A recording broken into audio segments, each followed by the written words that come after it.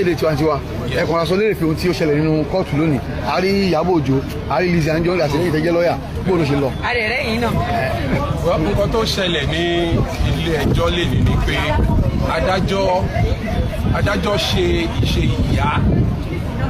ìyá láti bá àwọn ọmọ rẹ̀ wí láti gba àwọn ọmọ rẹ̀ lámọ̀ràn kò ṣe gbogbo ìgbà náà la gbẹ́dọ̀ jà nǹkan tó ṣẹlẹ̀ nílé ẹjọ́ lèní ni pé adájọ́ gbà wọ́n lámọ̀ràn bí wọ́n ṣe lè make sure pé wọ́n resolve matter wọn. so bó ṣe wá bó ṣe rí ìsìnkú sí pé bí ojú ò lè fi kí ni àfojúsùn tí ó ní ẹrù pé kí ni àpàlà bọ́ sí àpàlà já sí. àwọn méjèèjì sẹ́ẹ̀ rí pé ìkẹtẹ́jọ́ sọ tẹ́wọ́ lọ́rùn. justice for the parties so justice náà ló máa já sí at the end of the day for the parties. àjẹ̀dẹ́kọ́ làjà àárín rìn àjẹ̀ àrí pé gbogbo ọ̀nà lọ́rẹ́ rìn gbogbo ọ̀nà lọ́rẹ́ rìn.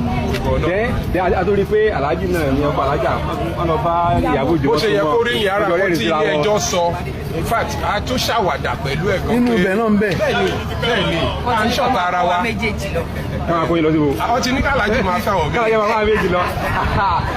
all right. ẹjẹ́ àsúnmọ́.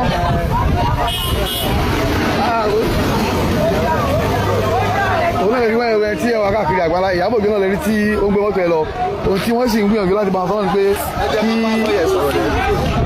kí ẹjẹ́ ká súnmọ́ lọ́ọ̀yà rẹ̀ bóyá lè gbọ́ ọ̀pọ̀ lẹ́nu tó náà tiẹ̀. Madam, cancel.